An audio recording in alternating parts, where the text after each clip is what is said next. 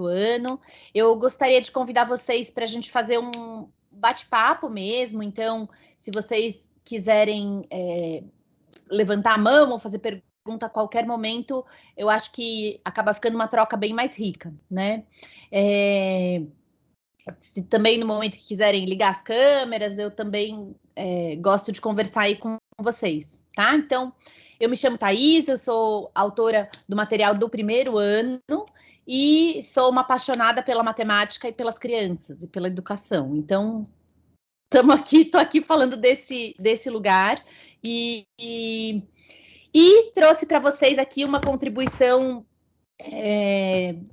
do que, na verdade, é um pouco o que segue aí a nossa pauta de hoje, que começando aí com um desafio que a Aline trouxe para a gente. Então, a gente vai seguir esses pontos, tá? Vamos falar um pouquinho de habilidades e progressões, depois da famosa metacognição, depois de fluência, e aí a gente pode, enfim, talvez guardar algumas perguntas que sejam mais complexas aí para o final, mas se vocês quiserem ir fazendo elas no meio do caminho, também acho bem legal, tá?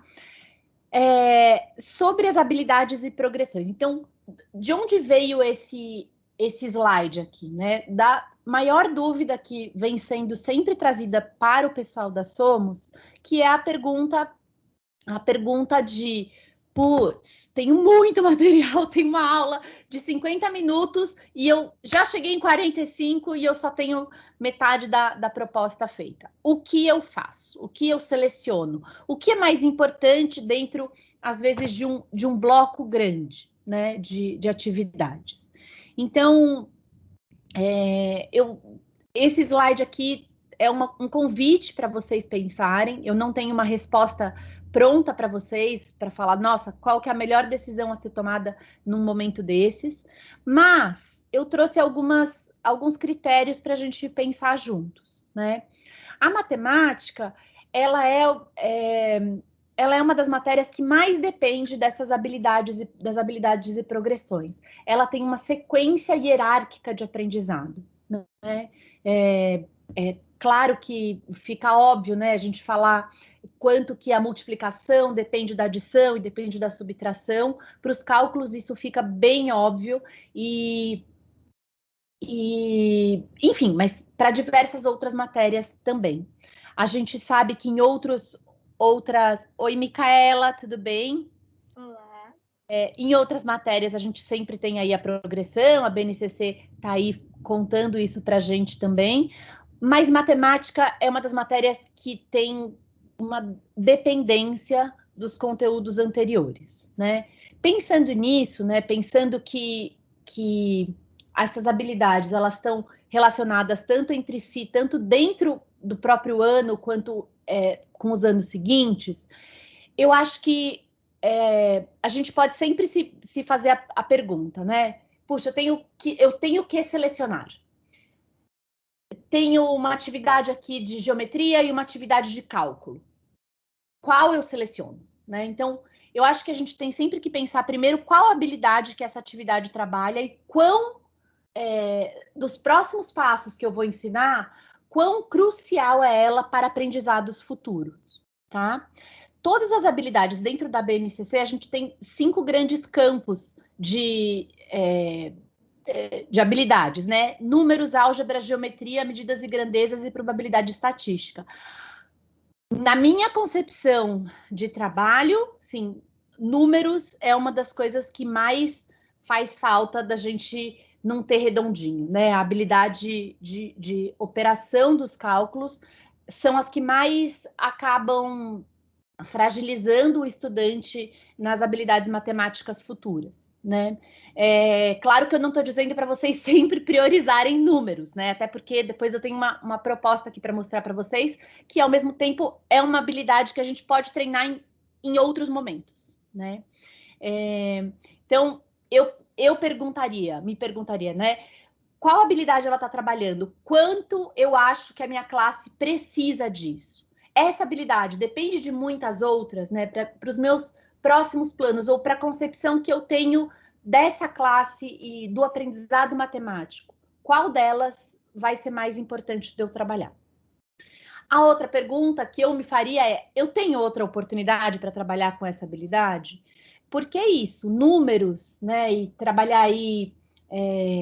Matemática depende bastante de um treino, né? Especialmente para cálculos. Eu poderia fazer em um outro momentinho, no final da aula, ou a atividade terminou mais cedo, eu posso dar essa prática de treino em outro momento, né? E o item 4, né, que é como que a minha classe está nessa habilidade específica, porque se eu tiver que selecionar entre uma habilidade que a classe está boa e uma habilidade que a classe, de uma maneira geral, está muito frágil, eu escolheria o momento da minha aula para abordar com eles novamente essa habilidade que tá frágil, né? Então, acho que, enfim, fica bem difícil para mim falar aqui qual atividade seguir sem poder olhar e ter essa sensibilidade que vocês têm do contexto de aula de vocês, né?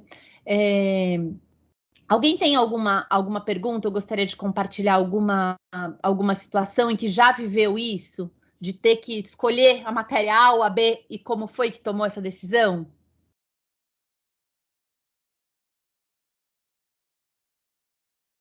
Tá bom. Sim? Não? Alguém levantou a mãozinha? Tá. Então, vou seguir, tá? Então, acho que esse é um ponto, né? A gente pensar, então, nessas habilidades, nas habilidades e nas progressões. Também queria lembrar vocês que, e eu sei que o tempo é corrido e tudo, mas dentro do manual do professor, a gente sempre tem uma sugestão de tempo a ser, de tempo dentro de cada atividade, né?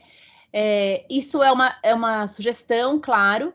E se vocês também acharem que a gente precisa mesclar isso, ou já antecipadamente a gente vê que não dá tempo, a gente olha, dá uma passadinha de olho rápida no manual do professor e julga que não vai dar tempo, acho que também é melhor a gente se planejar para uma aula onde a gente já seleciona previamente o que a gente vai dar, o que a gente não vai dar, do que a gente acabar sendo surpreendido que o sinal tocou, né? Em matemática é muito comum os alunos levarem mais tempo e a gente ter que dar mais tempo para a classe. É uma situação que muitas vezes a gente é surpreendido, né?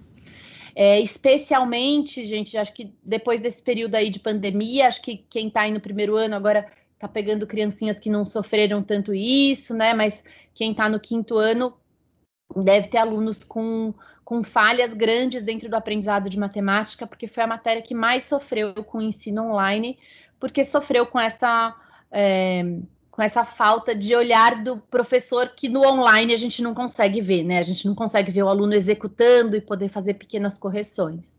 Então, é isso. É um desafio que muitas vezes o professor vai ter que endereçar e selecionar as matérias, tá? Podemos ir para a metacognição? Tá, vocês ouviram bastante de metacognição hoje, né? Eu já vi muitos professores falarem, nossa, e tá bom, é uma palavrona bonita, metacognição, mas o que a gente faz na prática, né? Então, basicamente, acho que eu devo estar repetindo aqui o que vocês já ouviram, né? A metacognição é a ação da gente conhecer o que a gente pensa, conhecer o nosso próprio processo de aprendizagem, o que a gente está pensando, né? E dentro da matemática, especialmente, estou falando mais da matemática, mas se aplica às outras áreas também, né?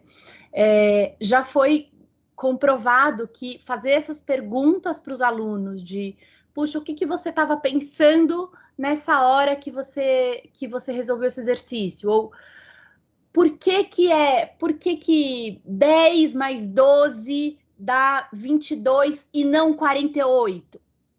Às vezes a gente faz perguntas erradas mesmo, para eles poderem me explicar o porquê. Eles poderem descrever esses processos, a gente fazer essas perguntas para eles, aumenta a capacidade deles empregarem os aprendizados que eles tiveram a novos contextos, isso é uma pesquisa, e eles também ficam mais confiantes em novos aprendizados e conceitos. Eles ficam confiantes em pensar sobre as relações que existem entre esse conhecimento novo e o conhecimento prévio, tá?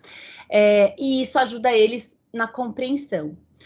Além disso, outra pesquisa também mostrou que esses alunos, quando eles estão cientes sobre essas estratégias de aprendizado, eles de fato conseguem ter melhor compreensão, mas não basta eles estarem cientes, não basta eles saberem executar, né? Eles precisam estar cientes do que eles fazem, tá? Então, puxa, a gente vê um aluno ali armando uma conta de adição e fazendo ela com perfeição. Se a gente fizer a pergunta para ele, o que você está fazendo e por quê,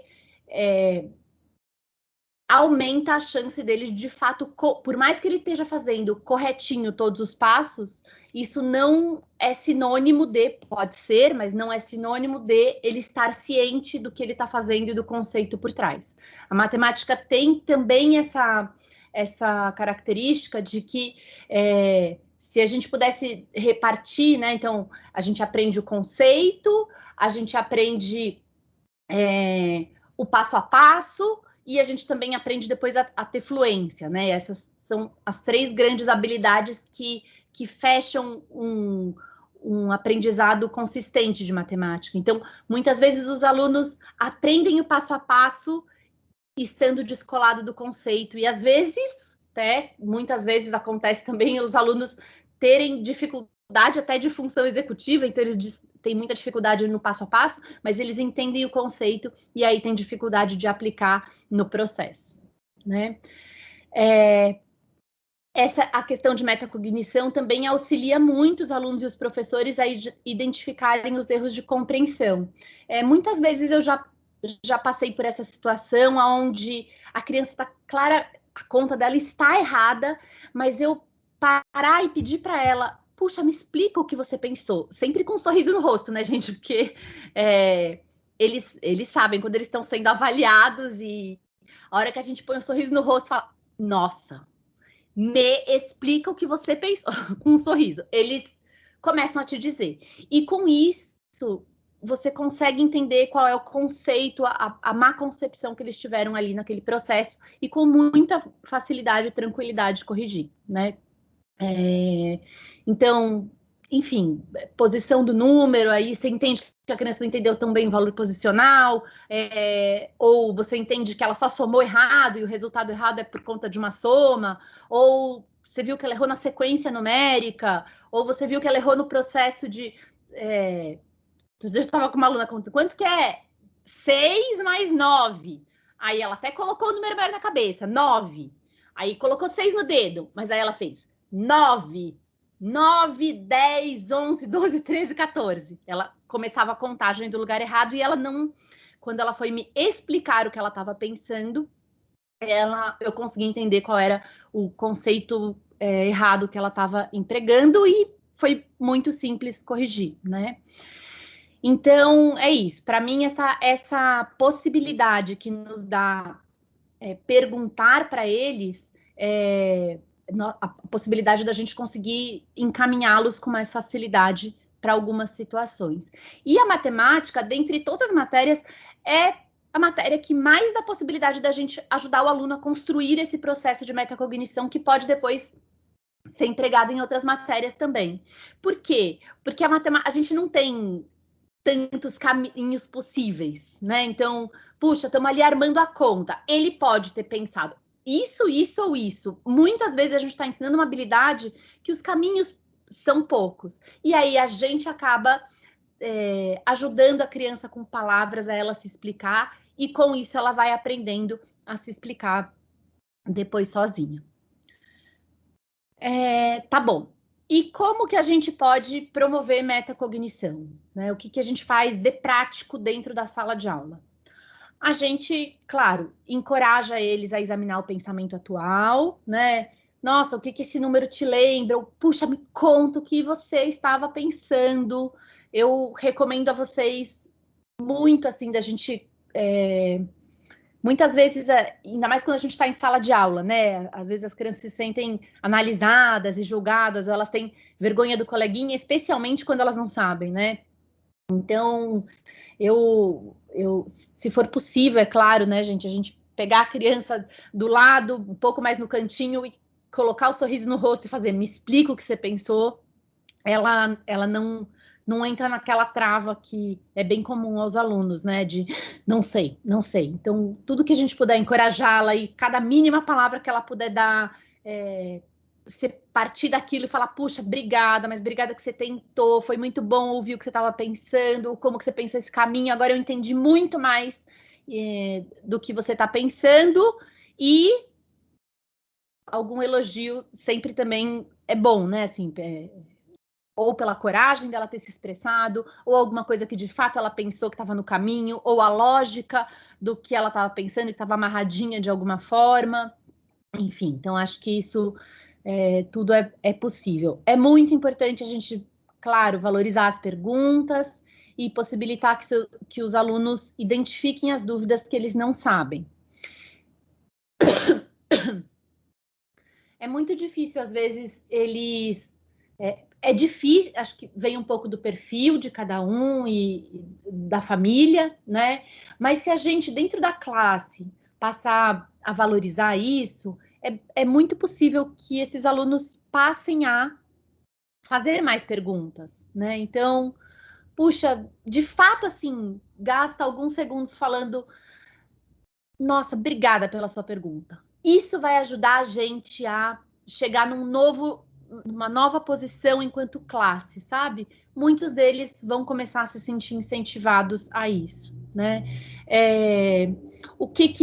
Essa pergunta, assim, que vocês podem fazer, pessoal, o que ainda está um pouco confuso, né? E estimulá-los a descrever o que eles estão chamando ainda de confusão. E aí também chamá-los, às vezes no individual, às vezes em pequenos grupos, às vezes já depois de discutido, para as pessoas poderem falar para a sala. Então, isso tudo, essas todas são estratégias de metacognição, que na verdade nada mais é do que você ajudar os seus alunos a pensarem sobre esse processo de aprendizado em matemática, né? Também é muito importante você reconhecer e descrever para eles, ajudar eles a reconhecerem e descreverem o que eles sabem e o que eles não sabem. E um cuidado aqui, né, assim, de novo, assim, existem muitos alunos que sabem o passo a passo e não sabem o conceito, né? Ou também os que entendem o conceito, mas não entendem o passo a passo. Então, é sempre bom a gente ajudá-los a descrever os dois tipos de processo, né? Porque os dois fazem falta, né? E especialmente quando a criança tem dificuldade ou teve aí alguma lacuna no aprendizado, como foi o caso de muitas crianças no período da pandemia, é muito comum que elas vão ficando tensas, né? A matemática é a matéria mais o terror do passado, né? Assim, porque os pais também tinham terror, mas porque é uma matéria que tem certo e errado, né?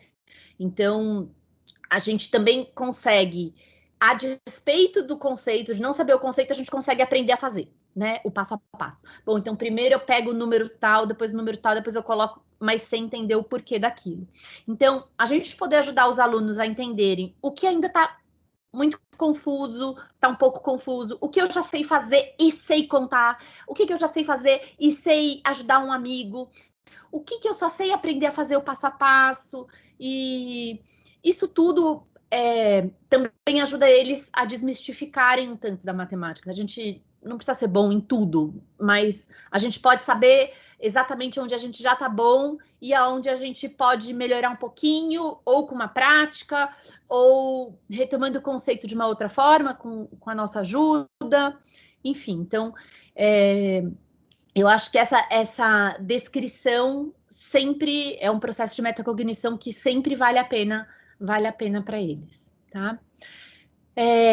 Aqui eu deixei aqui um textinho, né? Assim, é extremamente importante que, de maneira explícita e concreta, a gente torne os alunos conscientes de si mesmo como aprendizes, né? Devemos perguntar regularmente não apenas o que você está aprendendo, mas também como que você está aprendendo, né? e a gente pode confrontá-los com a eficácia ou com a ineficácia das suas abordagens. E a gente também sempre está aí parabenizando e valorizando as descrições, ou melhor, as tentativas de descrição, né? Porque eles não vão começar acertando, né? Ou começar de fato conseguindo descrever. Mas tem alguma. Ah, tá. Desculpa, ó, depois eu vou falar, vou ler aqui a pergunta da Eliane, tá? Então, muitas vezes eles descrevem assim: ah, eu só subi o número. Ah, então você subiu. Muito boa a sua descrição. Então, agora completa. Eu subi o número para casa da dezena.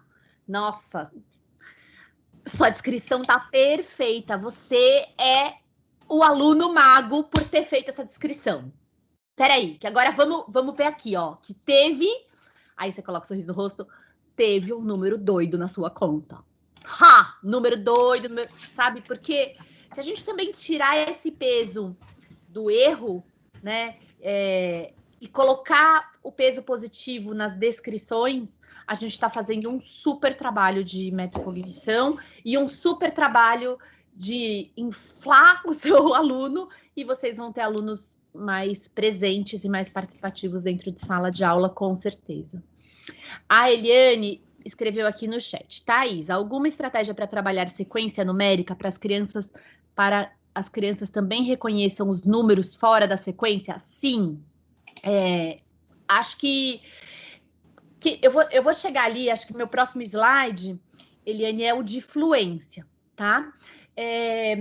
O que hoje tá comprovado nas pesquisas, assim? Então, eu tinha falado para vocês da perninha do conceito, da perninha do passo a passo, e existe uma outra perninha que é a da fluência, né?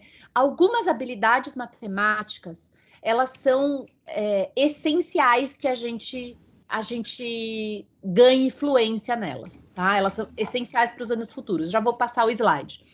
E uma das habilidades, das atividades importantes para desenvolver fluência, Eliane, é a partir de jogos. Então, no próprio PH, ali no ano 1, tem alguns jogos para trabalhar a sequência numérica.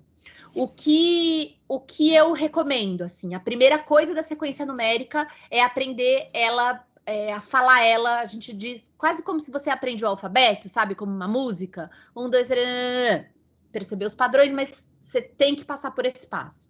E aí depois a gente tem um momento onde a gente unitiza isso.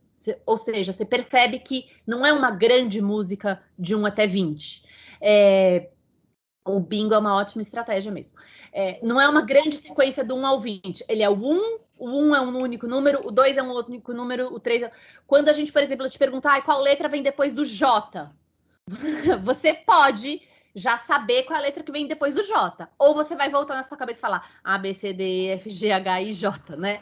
Então, unitizar é, de fato, conseguir considerá-la como uma única unidade. Esse é o pré-requisito, é a progressão matemática para você conseguir depois fazer a parte de reconhecer os números fora da sequência, tá? Então, o que eu estou querendo te enfatizar é que, voltando para a questão da progressão, tá? Para você existem pré-requisitos para você aprender os números fora da sequência. E, para mim, o pré-requisito é intraverbal da sequência numérica, que é aprender essa grande música do número, né?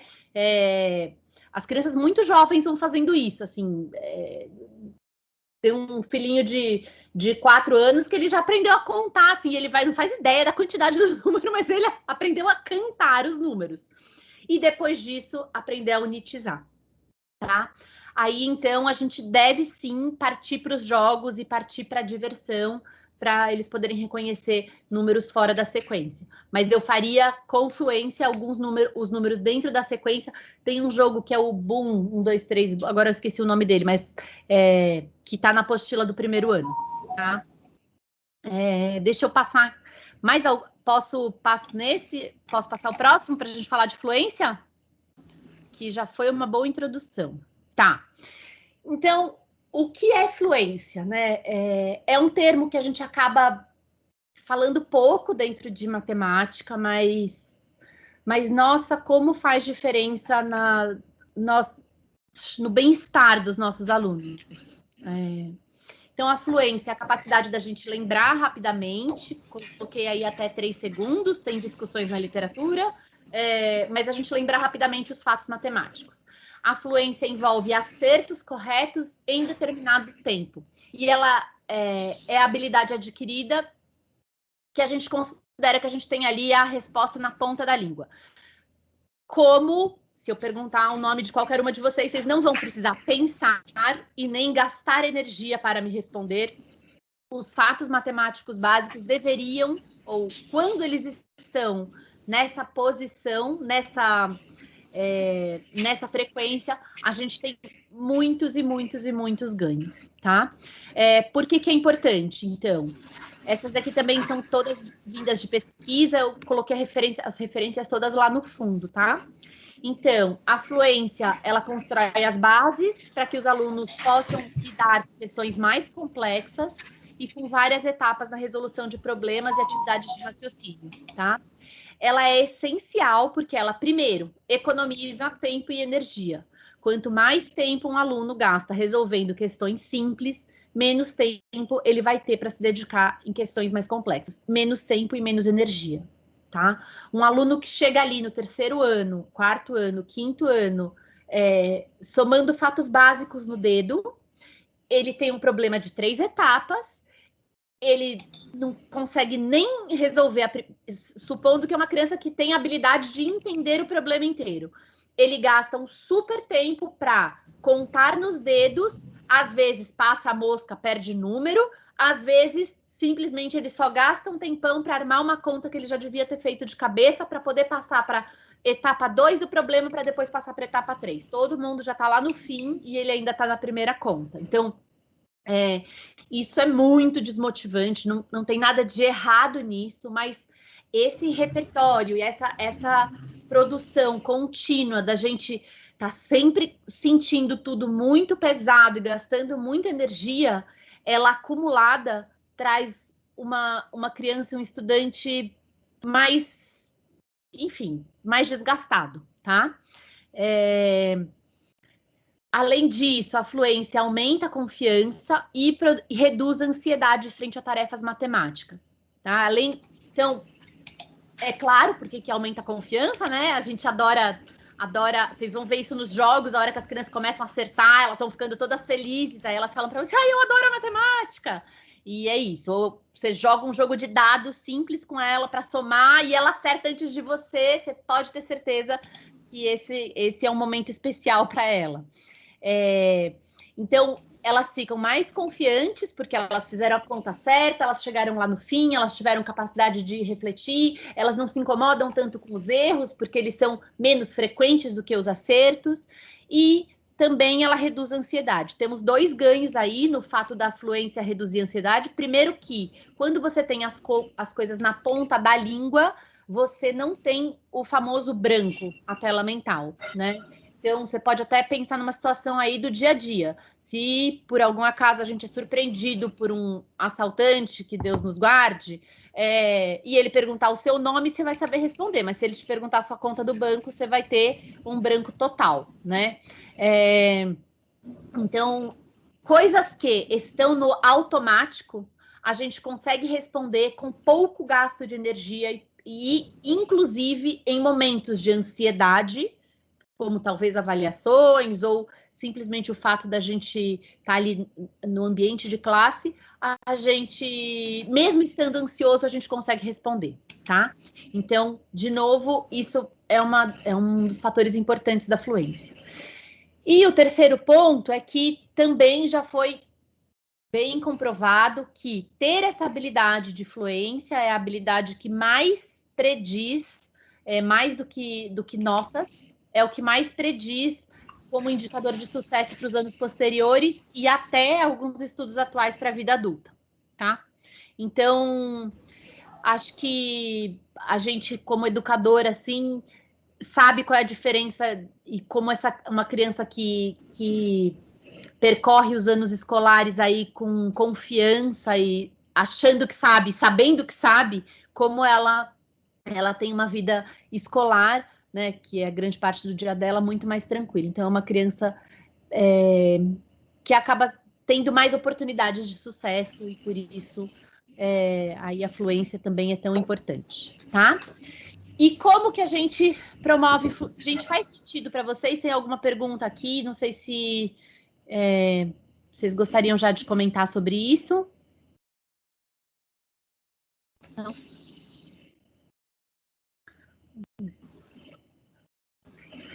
Vou aproveitar que a gente está em... Não, a gente está em bastante gente. Eu ia falar, nossa, tem 7 pessoas, mas não, tem bastante. Tá bom. Então, como que a gente promove fluência? A primeira coisa, para mim, a melhor de todas, é jogos. Então, até vocês vão ver ali nos livros do PH, tem sempre jogos sugeridos, né? Além disso, acho que, de alguma forma, assim, muitos educadores também se preocupam com isso e tem muitas outras sugestões. Eu garanto que se a gente abrisse aqui uma roda de conversa, cada um ia trazer um jogo diferente, até para essa situação que a Eliane trouxe da sequência numérica. Mas realmente eles são bem eficazes no treino de fluência, tá? Ele é uma prática que se a repetição, além de ser uma prática que tem repetição dentro do jogo, a gente começa uma partida, depois começa outra, tem a vez de um, tem a vez de outro. Então, é repetição de alguma demanda, né? E além disso, é uma repetição divertida quando a gente coloca ela em contexto de jogo, tá? O jogo promove o pensamento matemático, então, além da fluência, ele promove o pensamento matemático de maneira estratégia. Puxa, como é que eu vou fazer para fazer 9, sendo que eu tenho essas peças aqui? Nossa, eu preciso ganhar antes dele. Eu preciso ganhar, mas ele não pode ganhar, né? A gente precisa de menos intervenções dos educadores nesse tempo para encorajar o aluno no pensamento autônomo. Isso, na minha visão, ela tem duas situações importantes, tanto o aluno estar mais autônomo, e isso é importante, quanto também há uma disponibilidade do professor nesse momento. O professor pode ter para ter um olhar especial para as crianças que têm um pouco mais de dificuldade ou que estão com um pouco mais de dificuldade. Observar elas nessa situação vai trazer mais informações a eles. Então, colocar as crianças para fazer esses jogos também é um momento onde você teria aí a oportunidade de ver essas crianças que estão numa situação mais fragilizada. E, além disso, assim, é muito comum que a gente possa dar o jogo em sala de aula e a gente peça para levar para casa e os pais se divirtam horrores, né? É ótimo quando a gente já praticou na escola e o aluno está melhor que os pais, aí ele leva para os pais e aí é uma diversão só, né? Muitas vezes isso já aconteceu comigo e dos pais aí mandarem bilhetinho, puxa, adoramos o jogo, né? Então, acho que é uma ponte saudável e divertida, né? Além disso, eu coloquei aqui uma sugestão do quando eu terminar eu posso, tá? Eu já vou mostrar para vocês no próximo slide, o quando eu terminar eu posso. Mas eu gostaria de deixar um alerta bem importante aqui para vocês, que é quando a gente pratica fluência, tá? É extremamente importante que a gente tenha claro que antes da gente começar a exigir dos alunos a terem fluência, que a gente deve certificar que eles entenderam o que está sendo solicitado deles e que eles possuam uma alta taxa de acerto na atividade. Só depois disso é que a gente pede fluência. Por que esse alerta aí em letra negrito, né? Porque crianças e aí, de novo, cuidado com essas crianças que possam estar fragilizadas, né? Que, infelizmente, é uma realidade que a gente tem bastante hoje dentro de sala de aula. Se a gente pede para a criança responder rápido, ela não sabendo, a gente está contribuindo de montão para o grau de ansiedade dela. Aí ela vai saber menos ainda, né? Então, tem o momento da gente aprender o conceito, tem o momento da gente aprender a fazer com calma, gastando toda a energia que a gente precisa. Oi? Oi, professora, tá me ouvindo? Voltou. Ah, tá bom, Voltou. voltou aqui. deu uma falha aqui. Então, primeiro, a gente garante que a criança sabe, entende, sabe descrever. Todas aquelas estratégias de metacognição são aplicadas a esse primeiro momento, para depois a gente começar a pedir a fluência, tá? Então, é isso, assim, acho que é claro que a gente não tem garantia de que a gente vai... Nossa, o jogo vai ser aplicado para a classe inteira, né? Como que eu vou separar o aluno que não sabe tanto agora do... Então, é um cuidado e é um desafio que a gente tem enquanto professor, talvez de colocar essa criança que não está tão bem no par de jogo. Muitas vezes os jogos são de 2 pessoas ou de 4 pessoas, não são da classe inteira. Então, talvez seja um momento que você pega esse grupinho que não sabe tão bem e faça um jogo diferente ou faça uma demanda mais simples, tá? Então, pode ser um momento bem interessante para eles ganharem essa fluência, que é um músculo aí em relação às habilidades matemáticas, tá? Os jogos, eu acabei pegando aqui mais de alguns anos, mas todos os cadernos têm jogos propostos, tá? Tanto, às vezes, com material complementar, às vezes dentro do próprio bloco. E eu recomendo que vocês olhem para esses jogos assim com carinho e sabendo que eles estão trabalhando, não só estão sendo divertidos, mas eles estão trabalhando uma habilidade bastante importante, tá? Eu fiz aqui também uma sugestão para vocês, né? Como a fluência pode ser... enfim, depois, se vocês quiserem, até combinei aqui com o Leandro, a gente pode enviar tanto esse documento aqui em PDF quanto um outro que eu vou enviar, ele envia para vocês, mas também está disponível gratuitamente no site do Educamarket, tá? Coloquei aqui o link. O que é a estratégia de quando eu terminar eu posso? A gente ter um cantinho ali com atividades e combinados da sala. Muitas vezes a gente tem alunos que seguem um passo ou uma execução mais rápida do que outros, ou que tem uma atividade menor do que outros, ou que, putz, já fez a lição que era para a classe, já fez em casa, né? E aí esses alunos às vezes ficam pela nossa classe vagando para lá e para cá, né? Atrapalhando outros, conversando, pedindo borracha e tudo. E aí eu tenho uma sugestão para vocês, que é ter esse pôster com esses cards e com esses combinados do que se pode fazer quando a criança terminar. Ela pode, aqui tem algumas escritas, como pode ler um livro, pode praticar a escrita, pode escrever e desenhar uma história, pode adiantar a lição de casa, pode meditar, pode fazer as fichas extras, pode tirar dúvidas com a professora, enfim, pode brincar de quebra-cabeça. Aí depende da idade das crianças e da turma e do que vocês acham interessante, né? Mas minha solicitação aqui para vocês dentro da matemática é que a gente possa usar essa situação de quando eu terminar eu posso para plastificar algumas continhas aí de matemática, especialmente essa parte de cálculo que demanda um tanto de prática, né? Ou jogos matemáticos, e você coloque ali ou as folhinhas, ou o bloquinho, ou um bloquinho para cada um, ou folhas plastificadas que possam ser reaproveitadas, para que elas possam fazer esse treino, né? Como é uma prática de fluência, também seria muito importante que o aluno fosse marcando ali em quanto tempo ela fez, quantos acertos a criança teve, para que ela possa ela mesma ir monitorando o progresso dela, tá? Então, essa é uma sugestão aí para a prática de fluência. Aqui também tem outra, pode colorir, né? Enfim, se não quiser as folhinhas plastificadas, acho que só a gente ter esse cantinho organizado e esse combinado com ele já vai ajudar a gente bastante nesse treino de fluência. Aqui também tem uma sugestão de esse documento que a gente vai mandar para vocês, mas que a criança ali é para ganho de tabuada, né? A pessoa ganha o nível aprendiz, aí ela ganha o adesivo do nível aprendiz, que é até 6 segundos, depois em 4 segundos, depois em 3 segundos, enfim. Soube toda a tabuada em tanto tempo. Então, para ela também ir ganhando essas etapas. Aí é uma brincadeira muito mais com a sala de aula e que a gente vai disponibilizar para vocês, né?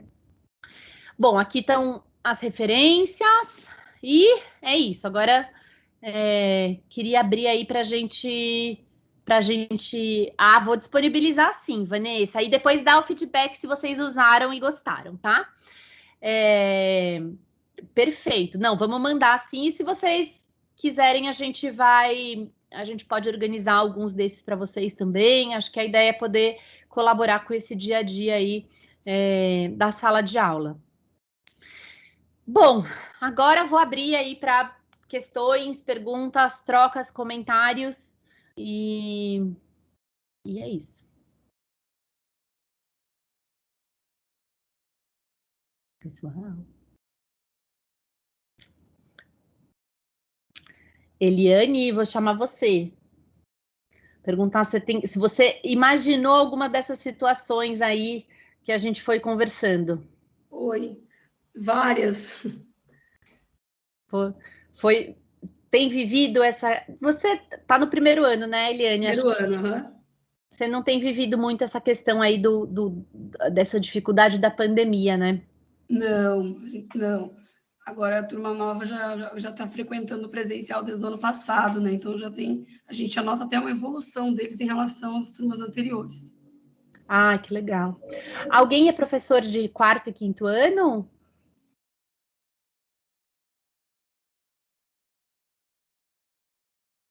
Ah, Renata, você tem vivido isso, assim, essa questão de crianças com dificuldade aí vinda da pandemia, dificuldade às vezes até de contagem? Oi. Não, assim, nós temos um pouco, sim, de dificuldade, mas como nós temos esse bastante trabalho de uma professora estar ligada com a outra, essas dificuldades nós sanarmos, né, com o tempo, e uma está entreligado com a outra, como nós podemos dizer, essa dialógico reflexivo que nós temos entre o colégio. Então, nós professores, junto com os alunos e os pais, a gente tenta minimizar o máximo que tem de dúvidas. Então, esses jogos, essa interação entre os alunos, a gente faz bastante. Então, eu no quarto ano teve um jogo de roleta que eu fiz com os alunos, mandei o link para os pais. Que legal! Eles fizeram, as crianças, professora, me manda, pelo amor de Deus, que eu preciso fazer. Eles gostaram. Tem o jogo também Tabuágua, que é tabuada com batalha naval. Opa, então, gostei desse, hein? Tem, depois você entra Tabuágua, você faz a sua conta e é maravilhoso, porque eles têm que acertar tanto, aí primeiro eles decidem aonde eles vão colocar a casinha, e eles não sabem quem é que está do outro lado, que é um computador. E aí eles têm que acertar linha versus coluna, então trabalha a linha, coluna, trabalha a tabuada da linha versus coluna, eles têm que acertar os resultados e tem um tempo. Perfeito! Olha aí a Renata fazendo treino de fluência, diversas habilidades interligadas e interligação com pais, hein? E tem que ser rápido, então a tabuada tem que ser... Então eles vão ir rápido e acertam, ou não, e se acerta, aí a bomba, aí eles pegam em volta, então eles gritam, eles vibram, quando acerta e quando pega eles ficam, né? Aí a gente trabalha também as frustrações, as emoções, os sentimentos de errar, de ganhar. Essa cognição, né, Renata? Que você vai estar ali dali. Emocional com eles também. Legal. E perguntando para eles dali, né? Nossa, por que você vai escolher colocar aqui, não ali? Olha aí, ensinando eles. E eles ficam, coloca mais para cá, porque tenho certeza que eles não vão, porque o deles está mais longe. Eles calculam depois você entra no Tabuágua, é muito interessante. Eles calculam pelos quadrados que com certeza não vai estar próximo. Então, eles aproximam o deles para o adversário não acertar. Que legal, olha lá. Eu vou escrever aqui para todo mundo aqui na apresentação, que depois ela vai, ó. Vou escrever as dicas de todos, hein? Aqui. A Tabuágua. Tabuágua. Você também falou de uma roleta, né? A roleta. Tem o jogo da roleta. Qualquer coisa eu vou ver se eu acho os links e coloco aqui, tá bom? Aí você pode ir pegando. Que legal, que legal. Bom? Obrigada por Nada. compartilhar, Renata. Imagina. Tô vendo a Vanessa aqui também. Vanessa, como é que tem sido para você aí as aulas do 4º ano? Então, tá sendo tranquila, né? Depois da pandemia, teve todo aquele processo, né, da gente trabalhar, os cuidados e tudo. Mas, assim, graças a Deus, assim, do meio do ano passado para cá, tem sido tranquilo. A gente está conseguindo, sim, fazer o trabalho, né? Com a ajuda dos pais, logicamente, de toda a escola. Então, assim, tá sendo tranquilo nesse sentido. Os pais tiveram que ajudar bastante, né, nesse período. Nossa Senhora. Sim. Por um lado foi bom, né? Porque foi uma troca mútua, né? Porque a gente vê muito assim, os pais hoje colocam o filho na escola, deixam o filho lá, a responsabilidade, e depois da pandemia, não. Teve uma troca legal, né? É isso aí, é verdade. Agora, as crianças que mais conseguiram evoluir, né, tiveram pais orientados por vocês aí, né? Porque foi um período difícil. Tá bom.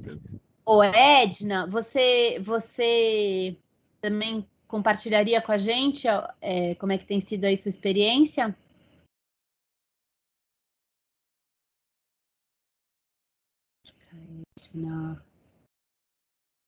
Edna, acho que a Edna, não sei. Peraí, no chat. A Renata compartilhou. Coloquei, tá bom? Os 2 links para vocês. Tá, olha aí, estou colocando aqui para vocês. Aí essa apresentação depois vai para vocês, já com as dicas da Renata. Obrigada, Renata.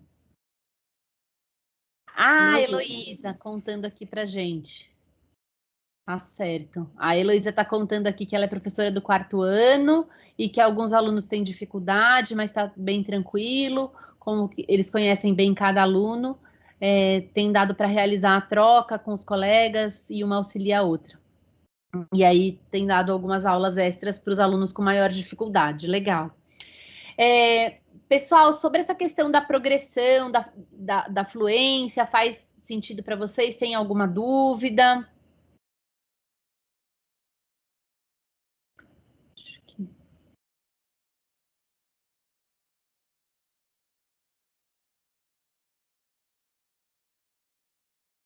Acho que não, né? Olha, que eu vou voltar a dar o desafio para vocês, hein, gente? Eu comecei a. A gente começou hoje o nosso encontro e eu dei um desafio aqui, um jogo desafio para o Leandro resolver.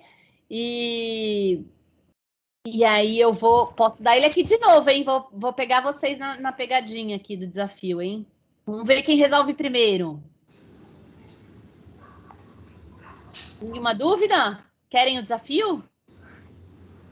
Acho que a Rebeca vai falar.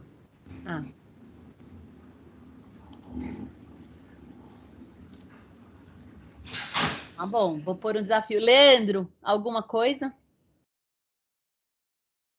Acho que você está no mudo. Não, professora, eu só compartilhei agora a pesquisa aqui. Se os professores puderem participar, a gente agradece bastante. Mas eu acho que aquela dinâmica é legal. Colocar aqui para as professoras. Desafio para vocês, hein? É um quebra-cabeça. Tem que descobrir qual é o número de cada círculo. E cada cor tem só um número, não pode repetir. E aí você tem que resolver escrevendo o número aqui embaixo, hein? A resposta tá aqui embaixo, Leandro. Agora eu coloquei ela aqui. Vou mandar esse para vocês também, tá? Para depois vocês se divertirem com os seus alunos.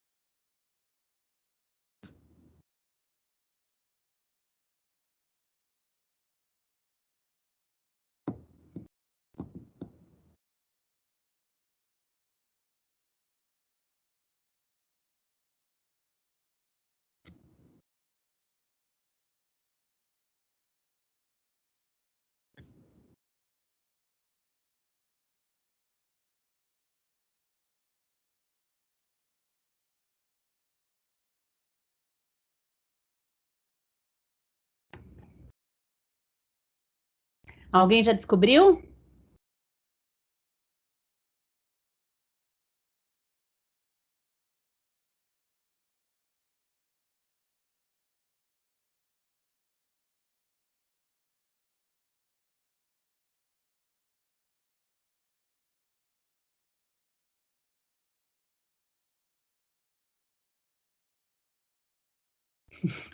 Ô, Luciana, você descobriu? Descobriu, Luciana? Adorei essa carinha. Gente, ela de ponta cabeça, ela é muito expressiva. Vou usar. Ó, vou usar o Leandro aqui, ó. Leandro, conseguiu, Leandro, agora? Não. Mas quais estratégias você... Não tem problema. Ó, tá top. Qual estratégia você usou? Conta pra gente. Eu É. fui tentando dividir, mas eu não cheguei num número que chegasse na soma. Você fez uma... Então, ó, perfeito. Já dividiu e tentou descobrir os números para chegar nas... Você usou a soma inicial? Eu comecei a somar todos os números, aí depois eu dividi por 4, mas aí eu não consegui mesmo, professora.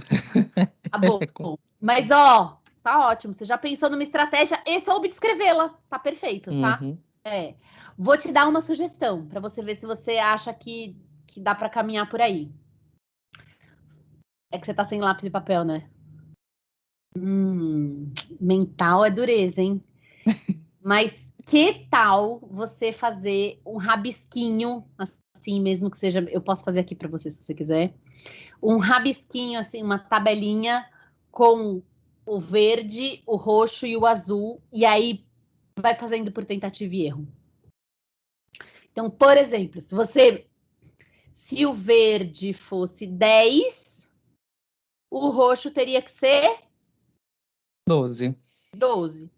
Aí, 12 mais 13 é que daria 25, né? Isso. Mas aí esse daqui é 13 e esse daqui é 10. Não deu 19. Não deu 19. Então não pode ser. Mas aí você já tica lá. Então não pode ser nenhum desses números. Sim. O problema é que não tem um papel aí. É ruim, hein? Bom, eu vou mostrar para vocês. Então, o resultado. Quem não quiser, não olha, hein? Que depois vocês recebem. Quem ainda estiver resolvendo. Mas eu vou mostrar o resultado, hein? Ó, ó, ó. O roxo deu 14. O amarelinho deu 33, o azul deu 11 e o verde deu 8. Então, 8 mais 14 deu 22.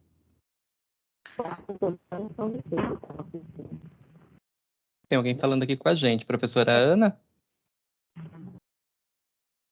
Ela estava no mudo. Aí, 14 mais 11 deu 25, 11 mais 8 deu 19 e todos juntos deu 33. Sim? Gostaram da brincadeira? Tá bom. Então tá, pessoal, acho que era isso. Eu fico sempre à disposição.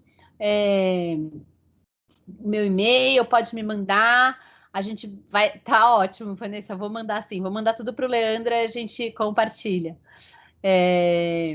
O que vocês precisarem, a gente está por aqui. Assim, os feedbacks, os positivos e os negativos, os dois são super bem-vindos. A ideia é que a gente possa apoiar vocês da melhor forma possível para esse desafio aí dentro de sala de aula. Obrigada, gente. Obrigado, Obrigada, professora. Thaís. Maravilhosa, obrigada. Parabéns. Foi um prazer estar aqui com vocês, hein? Muito Obrigadão, bom, Thaís. muito Obrigada pela contribuição. Muito bom mesmo. Muito obrigada. Que bom, gente. Obrigada. Obrigado, professoras. Tenham uma ótima tarde. Fiquem com Deus. Tchau. Obrigado, professora Thaís. Bom descanso, professores. Obrigada pela companhia aqui. Tchau, tchau. Muito obrigada, professora. Maravilhosa sua contribuição. Obrigada, gente.